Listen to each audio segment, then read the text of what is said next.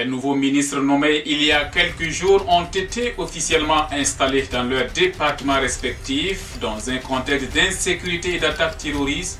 Le nouveau patron de la défense, Jean-Claude Bouda, promet l'enfer aux terroristes. À l'orée de la première session ordinaire de l'Assemblée nationale, les groupes parlementaires UPC et CDP tiennent depuis hier leur journée parlementaire. Les détails dans ce journal. Et puis c'est demain 25 février que s'ouvre à Ouagadougou la 25e édition du FESPACO. Vous entendrez l'avis du règlement ivoirien Alpha Blondy sur l'avenir du cinéma africain dans ce journal. À l'international, nous irons au Mali, au Sénégal et en Côte d'Ivoire. Mesdames et messieurs, voilà pour la une du journal de ce vendredi 24 février 2017 sur la radio B24. Bonjour et merci de nous rejoindre.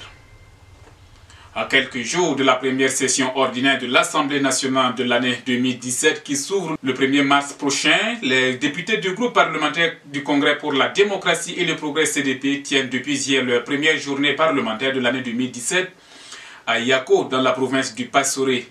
48 heures durant, les députés de l'ex-parti au pouvoir vont se pencher sur le thème réconciliation nationale, rôle et contribution du groupe parlementaire CDP. Le président du groupe parlementaire CDP, Alfred Sanou, a à cette occasion appelé à une justice impartiale. Alfred Sanou, qui a sonné la mobilisation autour de l'ex-parti au pouvoir, a salué les militants du parti dans la province du Passoré qui, malgré l'adversité, se sont fortement mobilisés. Il a en outre rendu un vibrant hommage à deux grands militants de la province, à savoir Eddy Komboigo et Fatou Diendéré, pour les responsabilités assumées dans le parti. Quant au groupe parlementaire Union pour le progrès et le changement UPC, c'est la ville de Bobo-Dioulasso qui a été choisie pour ses premières journées parlementaires de l'année tenue hier jeudi. Comment donner à Bobo-Dioulasso son rôle de capital économique? Zoom sur les limites des politiques économiques actuelles. C'est sous ce thème que les députés du Parti du Lion ont focalisé leurs attentions. Sur la question de la relance économique de la ville de Bobo-Dioulasso, écoutez ce qu'en pense Daouda Semboro. Il est le président du groupe parlementaire UPC. La représentation en termes d'industrie au niveau de Bobo-Dioulasso, et cette représentation avait bien commencé. Mais vous avez vu que par la suite, les unités ont fermé, les unités ont été désarticulées, d'autres ont été délocalisées. Il faut faire une juste répartition des équipements des villes pour leur permettre de contribuer au développement du pays. C'est pourquoi nous avons pensé qu'il faut arrêter de faire des programmes sur le papier et passer enfin à l'action. Bobo-Dioulasso est juste utilisé comme un vivier électoral. On y vient tenir des propos, des engagements qu'on a vite oubliés dès qu'on est élu. Quant au président du parti, Zéphirin Diabré, il souhaite que les recommandations issues de ces journées parlementaires soient mises en œuvre afin que Bobo-Dioulasso redevienne vraiment la capitale économique du Burkina Faso. On a besoin que ce pôle-là qui regorge de tant de potentialités, qui est adossé à la Côte d'Ivoire, on soit un pôle qui reçoive une attention particulière de la part de ceux qui le gouvernent. Parce que si Bobo redevient une capitale économique, ça a un effet d'entraînement sur l'ensemble du pays. Les nouveaux ministres du gouvernement ont été installés hier dans leurs fonctions. Au ministère de la Défense nationale et des anciens combattants, Jean-Claude Bouda, le nouveau ministre, s'est engagé à travailler pour la réorganisation des forces armées nationales et à mener une guerre sans merci contre le terrorisme. Jean-Claude Bouda, conscient que sa prise de fonction intervient dans un contexte sécuritaire sous-régional marqué par une recrudescence du terrorisme qui endeuille de nombreuses familles, a montré tout son engagement à travailler avec les forces armées nationales pour assurer la sécurité des personnes et des biens et traquer les terroristes. J'ai confiance en notre armée qui dispose d'hommes valeureux et engagés. Toutes les dispositions seront prises, les moyens seront mis à la disposition de nos forces armées nationales pour que dans notre pays, nous ne soyons plus victimes d'actes terroristes. Nous n'avons pas peur, les terroristes seront terrorisés, a-t-il indiqué. Au ministère des enseignements secondaires supérieurs, de la recherche scientifique et de l'innovation, la principale préoccupation du nouveau ministre Alkassoum Maïga est le chevauchement des années académiques qui plombe depuis quelques années certaines filières à l'université de Ouagadougou. Lors de son installation hier jeudi, Alkassoum Maïga a demandé l'appui de ses collaborateurs pour rompre avec ce chevauchement des années académiques. Comme je vous le disais en titre, c'est demain samedi 25 février 2017 que s'ouvre à Ouagadougou la 25e édition du Festival panafricain du cinéma et de la télévision de Ouagadougou, FESPACO. À quelques heures de l'ouverture, Ouagadougou vit déjà au rythme de cette fête du 7e art avec l'arrivée de stars à l'image du reggaeman ivoirien Alpha Blondy, dont le pays est l'invité d'honneur. Hier, le reggaeman s'est exprimé sur l'avenir du cinéma africain. Je vous propose de l'écouter. Je dirais que le cinéma africain a besoin du FESPACO pour s'exprimer. Okay? Le festival de Cannes et puis Hollywood. Okay? Ce n'est pas pour okay? Notre cinéma est pauvre. Mais notre cinéma deviendra grand grâce au FESPACO.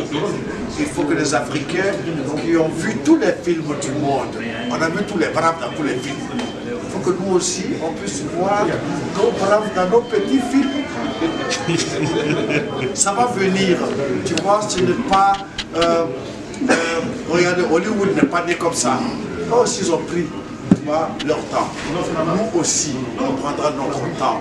Et puis un jour, le cinéma africain sera aussi grand. On parlera de il y aura un Brad Pitt africain, il y aura un Clint Eastwood africain, okay? Il y aura des grands réalisateurs de Spielberg africains, mais chaque chose a son temps et l'Afrique a son rythme. Et puis, Dieu pourvoira.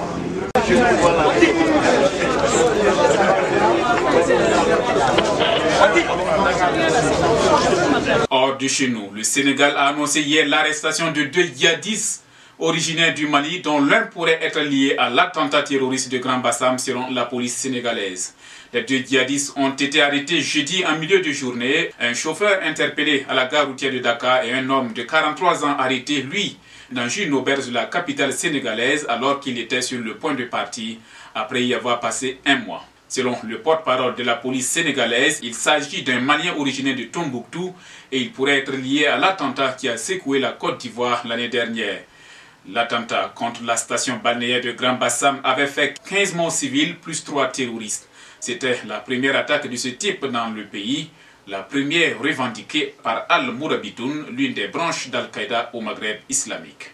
En Côte d'Ivoire, le procès des disparus du Novotel se poursuit. Un nouveau prévenu a été entendu à la barre hier jeudi 23 février pour tenter d'élucider les circonstances de la mort de 4 hommes, dont 2 Français enlevés en 2011 à l'hôtel Novotel d'Abidjan, au plus fort de la crise post-électorale en Côte d'Ivoire, puis assassinés au palais présidentiel.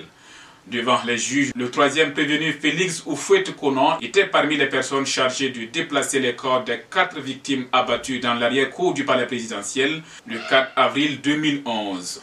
Celui-ci soutient que l'une des victimes, en l'occurrence Yves Lambelin, a été achevée par le commissaire Osé Logué, l'un des accusés présents dans la salle. Un témoignage qui contredit la thèse d'une bavure des forces de l'armée française et de l'ONUCI qui bombardait le palais présidentiel ce jour-là. Pour la défense, la démarche du prévenu Félix Houphouët-Konan est d'enfoncer les autres accusés, principalement le général Dogbo Blé, ancien chef de la garde républicaine sous Laurent Gbagbo. Après plusieurs reports, les patrouilles militaires mixtes ont démarré leurs opérations hier jeudi 23 février à Gao, principale ville du nord du Mali. Composées de l'armée régulière et d'ex-combattants de groupes armés, ces patrouilles sont censées préfigurer la nouvelle armée unitaire malienne. La cérémonie de lancement s'est déroulée au camp de regroupement de ces mouvements, siège du mécanisme opérationnel de coordination chargé d'organiser ces patrouilles en périphérie de Gao. Le représentant des forces françaises de l'opération Barkhane, présent sur les lieux, parle d'une belle victoire de la paix au Mali, une belle avancée de l'accord de paix. La formation de ces patrouilles mixtes fait suite à un accord signé en mai-juin 2012 et vise à isoler définitivement l'ex-rébellion des djihadistes qui avait pris en 2012 le contrôle du Nord. L'accord a été signé par le gouvernement malien, les groupes qui lui sont favorables, qui composent la plateforme, ainsi que l'ex-rébellion à dominante Touareg du nord du Mali, composant la coordination des mouvements de l'Azawad. Voilà, mesdames et messieurs, c'est ici que l'on se sépare pour aujourd'hui, mais l'information c'est en continu sur notre site internet www.radiob24.com et sur notre page Facebook. Merci à tous pour la fidélité et à très bientôt pour d'autres sessions d'information.